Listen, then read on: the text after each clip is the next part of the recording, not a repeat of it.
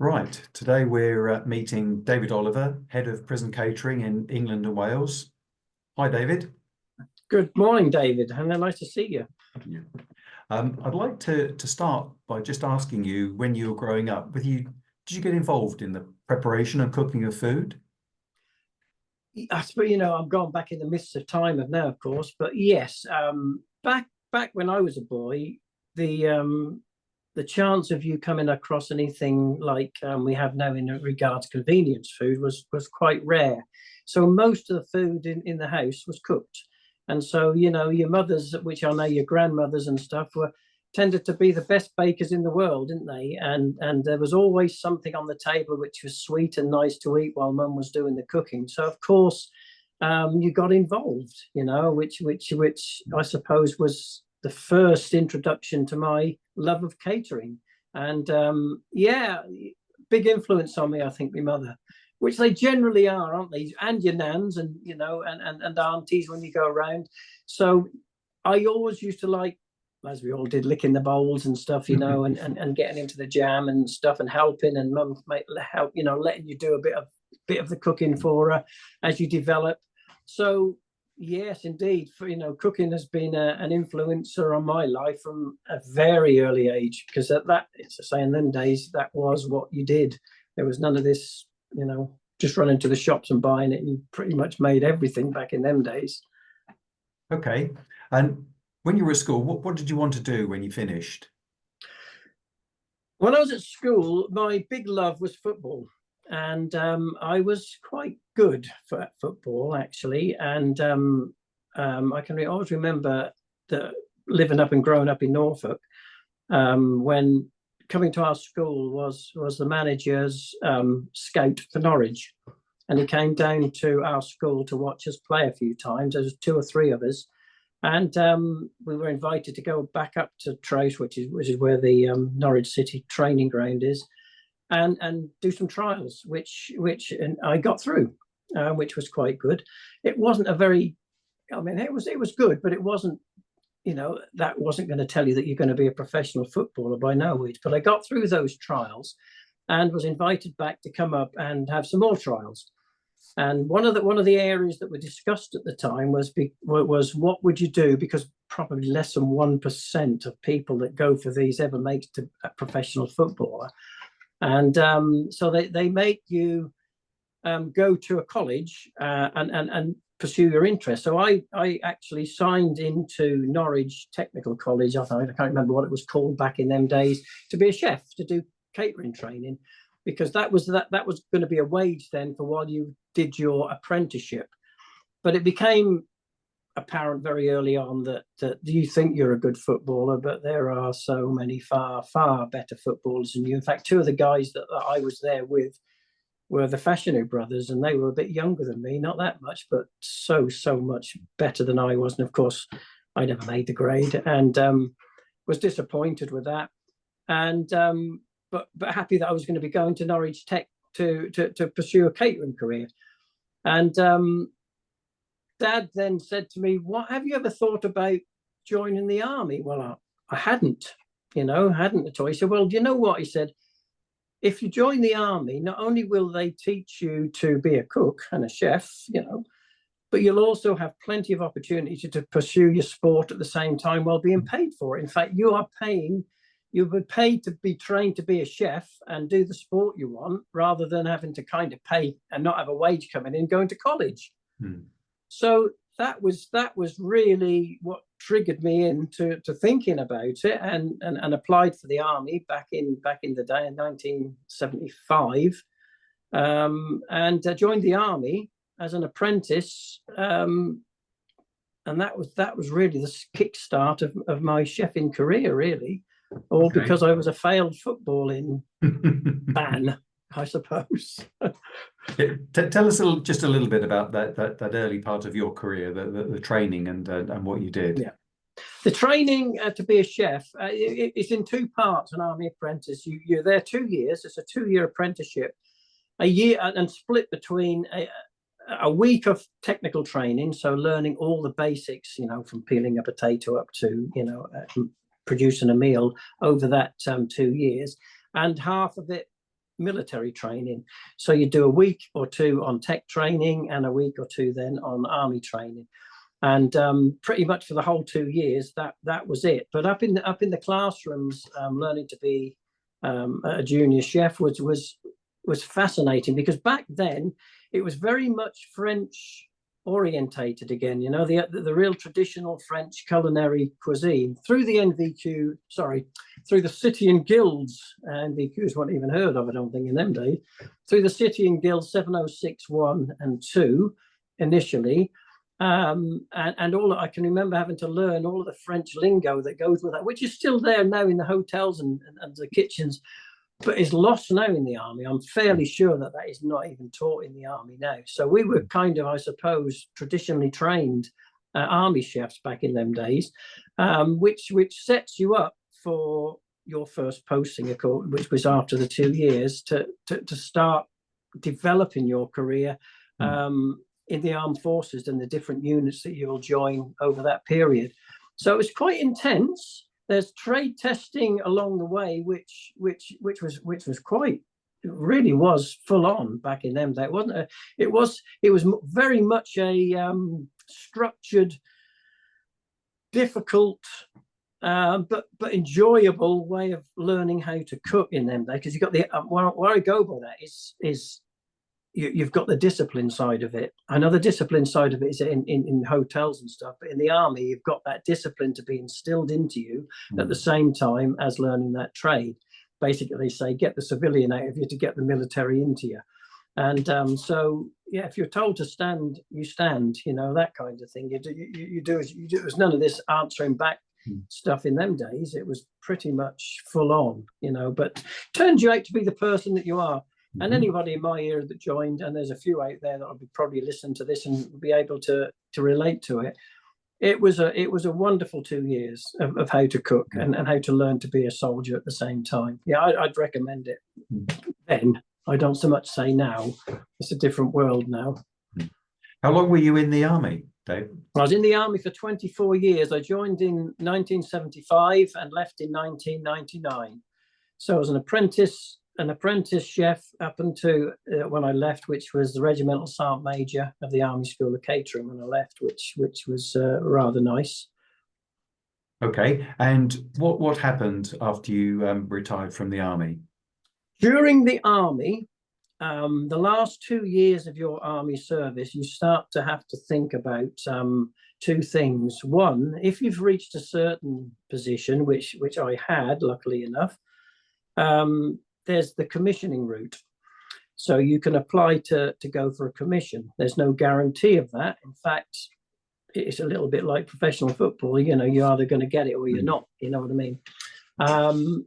And so you don't rely on it. So I actually was at that particular time asked by an ex-army officer, actually, who had left the service on redundancy and was working at Her Majesty's Prison Send down south at the time, phoned me up and asked me if I would like to come and help them because they were very short-staffed. That rings a bell, doesn't it? Nothing's changed in all that time. And I didn't even know that there was a prison around. You know what I mean? Prison service is not something you automatically gravitate to. I said, you're joking, aren't you, Ray? And he said, no, please, would you come down here? He told me where it is and told me what I had to do. So I went down and helped him over the weekend to provide the meals for the prisoners.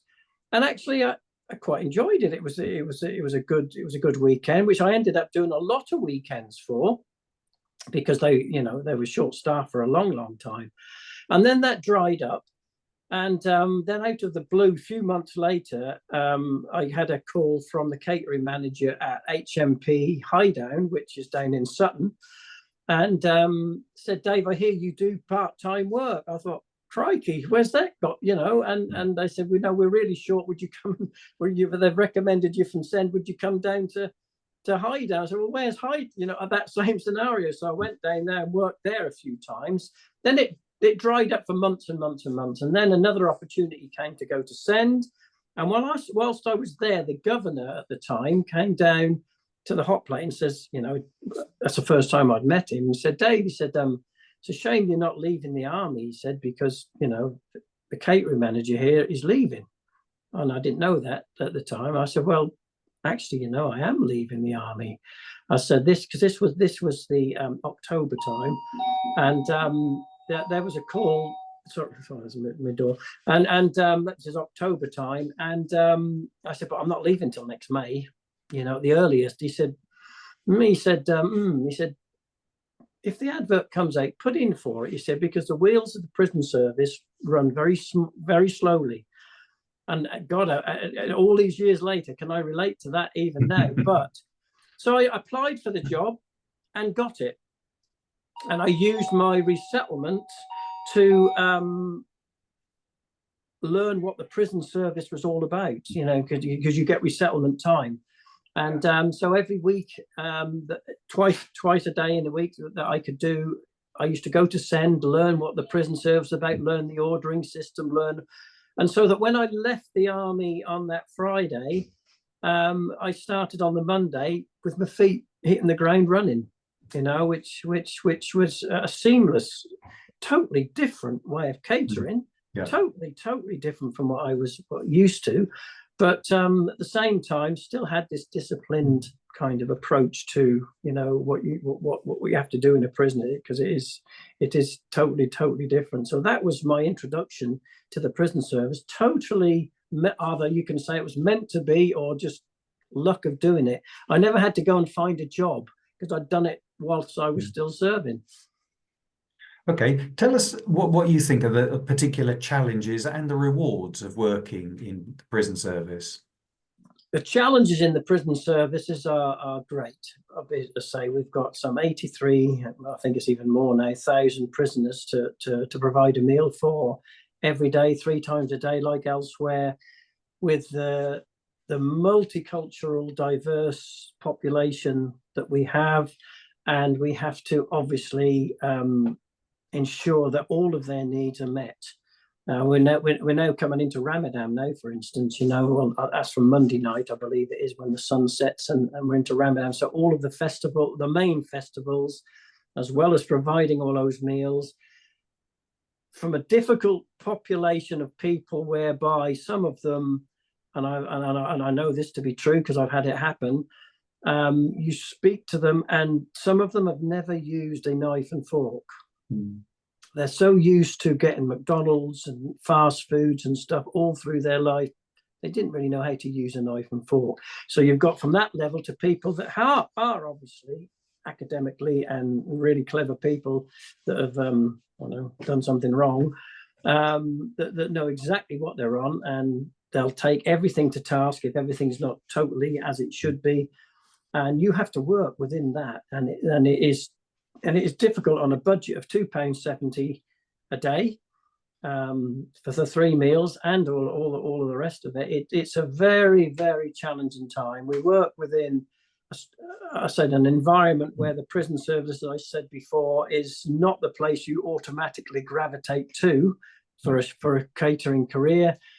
And we're fishing in the same pond as everybody else to try and recruit people. And so you can imagine the difficulties of doing that, because when the first thing, if you're not used to it and you mention prison, you go, what? You're not working enough. What? You know, that's you've got to get over all of those problems to attract the people to come in the first place to interview. It's difficult, but very rewarding. That's the downside of it, is that the upshot of is it's probably the most rewarding place, certainly in the public sector, to work. Why do I say that? I say that because you can know from 1 week and 1 year to the next, you can plan your holidays. You're not going to work split shifts. You're going to see daylight, which in a lot of places you don't. You can choose your leave periods. The working conditions are pretty much straight as you see them, 8 till 5 or whatever they are. None of this, as I say, split shifts working. It's for a chef job, it's a great job in that respect. It really is. And the rewards are you're teaching the prisoners that work within the kitchen yourself to cook, because that's what they're there for. The majority of the population in the kitchen is made up of prisoners. You can have anything from 10 to 40 prisoners, depending on the size of the kitchen, in that kitchen in one day, with probably 8 or 9 staff. In fact, half of that sometimes on a shift looking after them. So the incentive to make them available and make them be able to do those menus, and they're very keen to do that too, is in your interest to do that. Otherwise, you're doing everything, So you couldn't do it without the prisoner population. So the rewards on that are teaching them how to cook, the satisfaction you'll get by knowing that you've helped them along their shall we say, their sentencing plan until they get rehabilitated, hopefully into a job on the outside, and the thanks that they show, the fact that somebody's paid. A lot of these people that come into prison have never had any praise, any kind of job satisfaction or rewards in their life. So the fact is, you give, they have to earn it, but then you give them a certificate for a food hygiene, basic food. They think you've given them the world. They've actually achieved something in their life, and the next stage of that is, now let's go on to a bit of cooking now. Let's see. And it is a fantastic arena for being able to develop their skills in that. And you've got to remember, this isn't a college. This is an environment whereby if you cook something and burn it in a college, well, fine, we'll have a laugh about that, chuck it in the bin. In a kitchen, you're cooking for that day's production, for the people to eat it. So the stuff that you have to produce has got to be of good standard, obviously, and it's going to be eaten. There's no room. There is errors, of course, there in all catering, but it's not a cook to destruct training course. This is a real life working kitchen every single day. As I say to them when they come in the kitchen, I said, the reason caterers are so stressed all the time is because of that clock on the wall. I said, you can be in a garden, you can go and work in the gardens, you can plant a seed today, tomorrow, next week, doesn't matter. In a kitchen, that clock is against you from when you walk in. And that's why we're so, stressed out about getting that menu done and getting it right. And there's no room for messing around. Once they've got that into their psyche, which doesn't take long, fantastic. Lovely working environment, really is a lovely place to work, but you've got to get in there. You've got to get the people in there to come and see that firsthand, and that's the difficult thing.